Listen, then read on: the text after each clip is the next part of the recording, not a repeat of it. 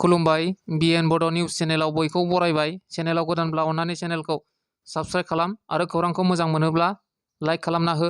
दानिया खौरांखौ जोबजासिम फारियै खोनासंलांदो।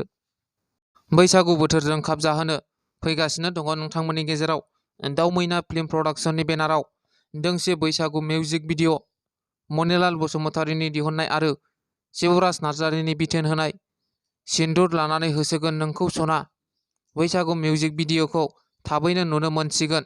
बैसागुनि 2 सप्ताहसो सिगां रिलिज खालामजानो गोनां बैसागु एलबामाव गाहाय फाव खालामदों जाखांफु फावखुंगुर बिग्राय ब्रह्म आरो फावखुंग्रि महरै ममिता नार्जारिया। दासान्दि बे सिन्दुर लानानै होसोगोन नोंखौ सना बैसागु एलबामनि शुटिंआ सोलिगासिनो दङ। आसाम रायजोनि गेजेराव मेट्रिक आनजादनि सोंलु बिलाइखौ भाइरेल खालामनायजों लोब्बा थानाय दायनिगिरिफोरखौ सिआइडिआ दासान्दि सासेनि उनाव गुबुन सासे हमनो हाबाय थानाय जादों। थिग बेबादिनो सोंलु बिलाइ भाइरेल खालामग्रा गाहाय दायनिगिरिखौ लखिमपुरनिफ्राय सिआइडिआ हमनो हानाय जाबाय। हमजानाय दायनिगिरिनि मुङा जाबाय प्रणब दत्त। मेट्रिक आनजादनि सोंलु बिलाइ भाइरेल खालामनायनि मास्टार माइन्ड प्रणब दत्तखौ सिआइडिआ हमनो हाबाय। आसामनि गुबुन गुबुन जिल्लाफोराव आसाम पुलिसआ आयेननि बेरेखा जुवा खेला होग्रा आरो गेलेग्राफोरखौ हमगासिनो दंमोन। बेबायदिनो डिब्रुगड़नि बैरागी मठनिफ्राय नाहरखोथियानि बारग' एमएलए नरेन सन'वालजों लोगोसे सा 7 जुवाजों लोब्बा थानायफोरखौ पुलिसआ हमदों। डिब्रुगड़ पुलिसनि हरखाब संदाननायनि गेजेरजों जुवा खेलाजों लोब्बा थानाय हान्जाखौ हमनो हानायाव जाफुंसारदों। दा बिसोरखौ एरेस्ट खालामनानै पुलिसआ सोंनाय फिननाय खालामगासिनो दं होननानै मिथिनो मोननाय जादों।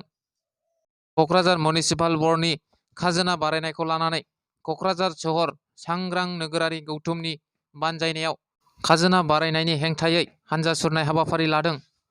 हानजा सुरनाय हाबाफारियाव बाहागो लायो क'क्राझार सोहोर सांग्रां नोगोरारि गौथुमनि आफादगिरि लोगोसे बिटिसिनि बारग' लेङाइ गाहाय मावफुं सोद्रोमा खाम्फा बरगयारी, बिपिएफ दोलोनि एमसिएलए दनेश्वर गयारी, क'क्राझार सोहोरनि सानसुमै दैदेनगिरि आरो गुबुन गुबुन हारि माहारिनि नोगोरारिफोरा बे हानजा सुरनाय हाबाफारियाव बाहागो लायो।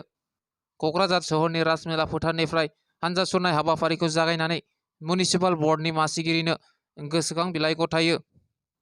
2023 मायथाइनि सेबाजों खुंजानाय एसएसएलसि आनजादनि सोंथि बिलाइ गोसारनायनि थाखाय 52 नं राजा लामायाव सोलोंथाइ मन्थ्रि ड रनज पेगु, सेबानि चेयारमेन रमेश जैन आरो एग्जाम कन्ट्रलार नरेनज्यति शर्मानि मुसुखा सावनानै हिस्ट्रि खावनाय हाबाफारि लादों आसुआ।